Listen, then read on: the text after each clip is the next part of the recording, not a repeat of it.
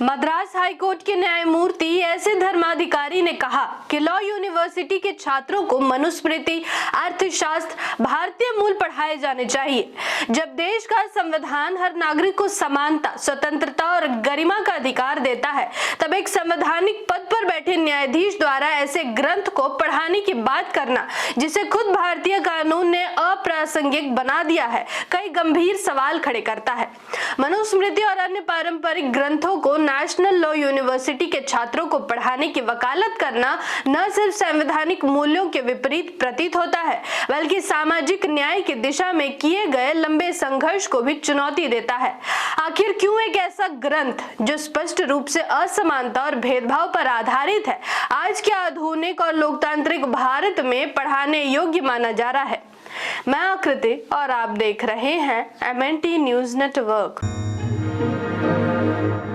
मनुस्मृति को भारतीय समाज के एक ऐसे ग्रंथ के रूप में देखा जाता है जिसमें वर्ण व्यवस्था को न केवल स्वीकार किया गया है, बल्कि उसे कठोर रूप से लागू करने की बात कही गई है।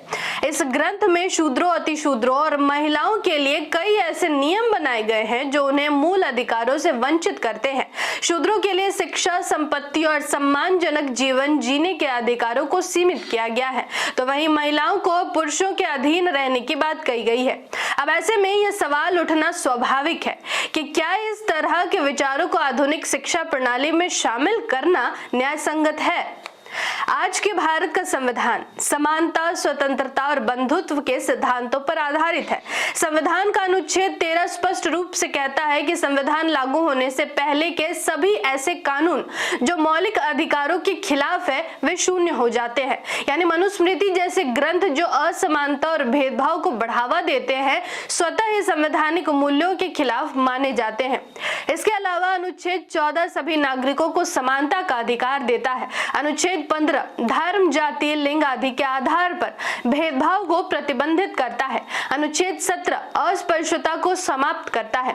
इन प्रावधानों के होते हुए मनुस्मृति की शिक्षाओं को बढ़ावा देना संविधान की मूल भावना के खिलाफ है। एक न्यायाधीश का पद केवल कानून की व्याख्या तक सीमित नहीं होता, बल्कि वह समाज के लिए एक नैतिक दिशा भी तय करता है। ऐसे में जब कोई न्यायमूर्ति सार्वजनिक रूप से मनुस्मृति जैसे ग्रंथ को पढ़ने की बात करता है, तो यह बेहद चिंताजनक है। जब संविधान समानता की बात करता है, तब असमानता को बढ़ावा देने वाले ग्रंथ को बढ़ावा देना संविधान के मूल भावनाओं के खिलाफ, और तब जब यह बढ़ावा एक न्यायमूर्ति द्वारा दिया जा रहा हो। यह समझना होगा कि भारत में पिछड़े, अति पिछड़े वर्ग और महिलाएं सदियों तक भेदभाव का शिकार रहे हैं। ऐसे में इस तरह के विचार उनके संघर्ष को कमजोर करते हैं। यह भी समझना होगा कि कानून की पढ़ाई का उद्देश्य न्याय और समानता की समझ विकसित करना है, न कि भेदभावपूर्ण विचारों को बढ़ावा देना। इतिहास और समाज शास्त्र के दृष्टिकोण से मनुस्मृति जैसे ग्रंथों का अध्ययन किया जा सकता है, लेकिन इसे आदर्श या मार्गदर्शक के रूप में प्रस्तुत करना बेहद खतरनाक है। छात्रों को यह सिखाना जरूरी है कि कैसे ऐसे ग्रंथों ने समाज में असमानता को जन्म दिया और क्यों आधुनिक संविधान ने उन्हें खारिज किया। एक न्यायाधीश का हर बयान समाज पर गहरा प्रभाव डालता है। जब कोई न्यायमूर्ति इस तरह का बयान देता है, तो यह केवल एक व्यक्तिगत राय नहीं रह जाती, बल्कि यह संस्थागत सोच का संकेत बन जाती है। ऐसे में यह अपेक्षा की जाती है कि संवैधानिक पद पर बैठे लोग संविधान की भावना का सम्मान करें, सामाजिक न्याय को प्राथमिकता दे और अपने बयानों में संवेदनशीलता दिखाएं। आज भारत एक ऐसे मोड़ पर खड़ा है जहां उसे यह तय करना है कि वह समानता और न्याय के रास्ते पर आगे बढ़ेगा या फिर पुराने भेदभावपूर्ण विचारों की ओर लौटेगा।